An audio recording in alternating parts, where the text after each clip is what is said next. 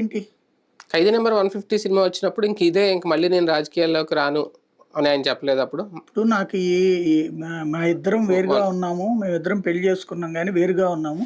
కాబట్టి నాకు ఎప్పటితో ఈ సంబంధం లేదంటే కుదరదు గదా! హ్మ్. పెళ్ళికైనా, పార్టీకైనా రాజీనామా అనేది ఒక పాయింట్. అదేలెండి. అఫీషియల్ రాజీనామా అయితే చేయలేదు. పెళ్ళికైతే విడాకులు అంటాం, రాజీనామా అనేటువంటిది. ఈవెన్ మొన్న కూడా రుద్రరాజు పదవరాజు చెప్తున్నప్పుడు నేనేమన్నా వినబడట్లేదా లేకపోతే కనబడదా? బహిరంగంగానే కదా పేపర్లో, టీవీల్లో అన్ని బ్రేకింగ్లు వస్తున్నప్పుడు అయినా సరే నన్ను అర్థం చేసుకోండి మీరేం చెప్పడం ఏంటి?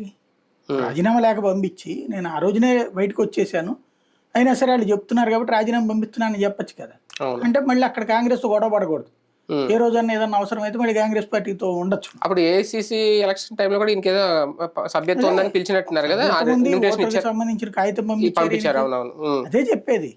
నేను లేను అని ఆయన నోటితో చెప్పట్ల, క్రియాశీలంగా లేనంటున్నారు అంతవరకే గాని రాజకీయాల నుంచి దూరం అయినట్టు చెప్పట్ల.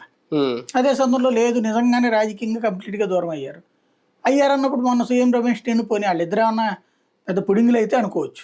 సీఎం రమేష్, పంజికల్ రమేష్ ఎవరు అసలు? వాళ్ళిద్దరికి చెప్పడం ఏంటి? రాజకీయాలు ఇంట్రెస్ట్ లేదంటే ఎవరైనా ఇప్పుడు ఏంటంటే ఆయనకి డైరెక్ట్ గా గనక రాజ్యసభ ఇచ్చేసి కేంద్ర మంత్రి పదవి ఇస్తానంటే పంచకర్ల రమేష్ అంటే ఇంతకుముందు PRP పెట్టినప్పుడు ఉన్నారు కాబట్టి ఆయన సపోర్ట్ చేశారు అనుకోవచ్చు. ఈయన లేరు కదా సీఎం రమేష్ అనేది. ఆ లెక్కనైతే కానీ గంటా శ్రీనివాసరావు కూడా చెప్పచ్చు కదా. అలా అయితే వంగాగీత కూడా మరి PRP ఎమ్మెల్యే కదా. కాబట్టి అట్లా కాదు కదా.